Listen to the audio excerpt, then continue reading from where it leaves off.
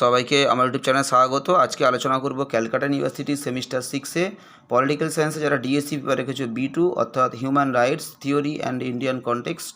তোমাদের এই পেপার থেকে একটা গুরুত্বপূর্ণ লং প্রশ্ন তোমরা হচ্ছে যে কমেন্ট করেছিলে উত্তরটা আপলোড করে দেওয়ার জন্য। অনেকে হোয়াটসঅ্যাপেও কমেন্ট করেছে এই প্রশ্নের উত্তরের জন্য। তোমাদেরকে উত্তরটা আমি আপলোড করে দিচ্ছি, তোমরা প্রথম থেকে শেষ পর্যন্ত দেখতে থাকো।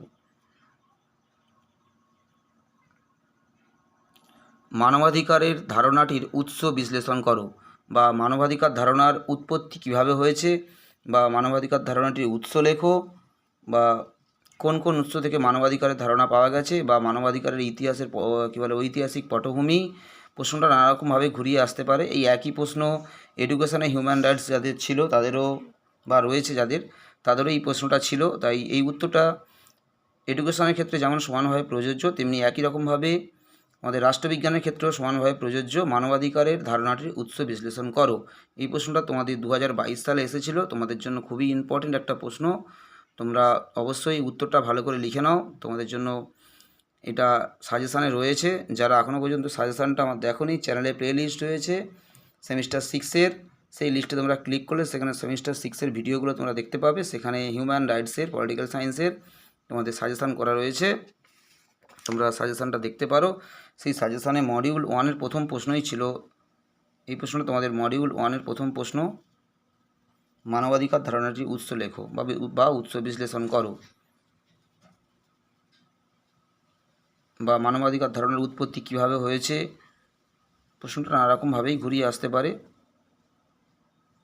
তোমাদের জন্য এটা খুবই একটা ইম্পর্টেন্ট প্রশ্ন।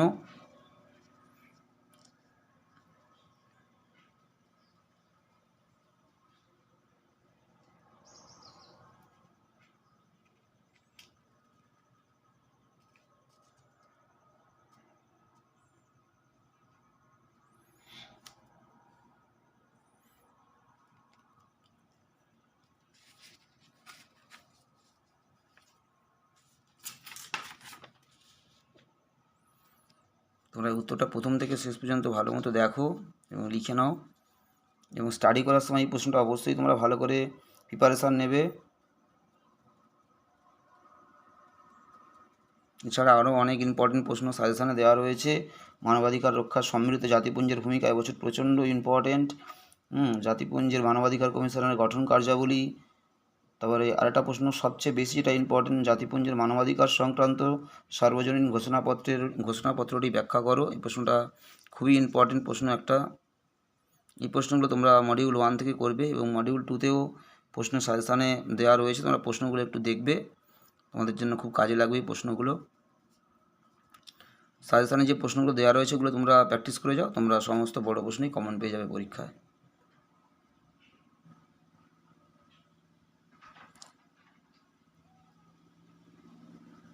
সবাই ভালো থেকো, সুস্থ থেকো, সবাইকে নমস্কার।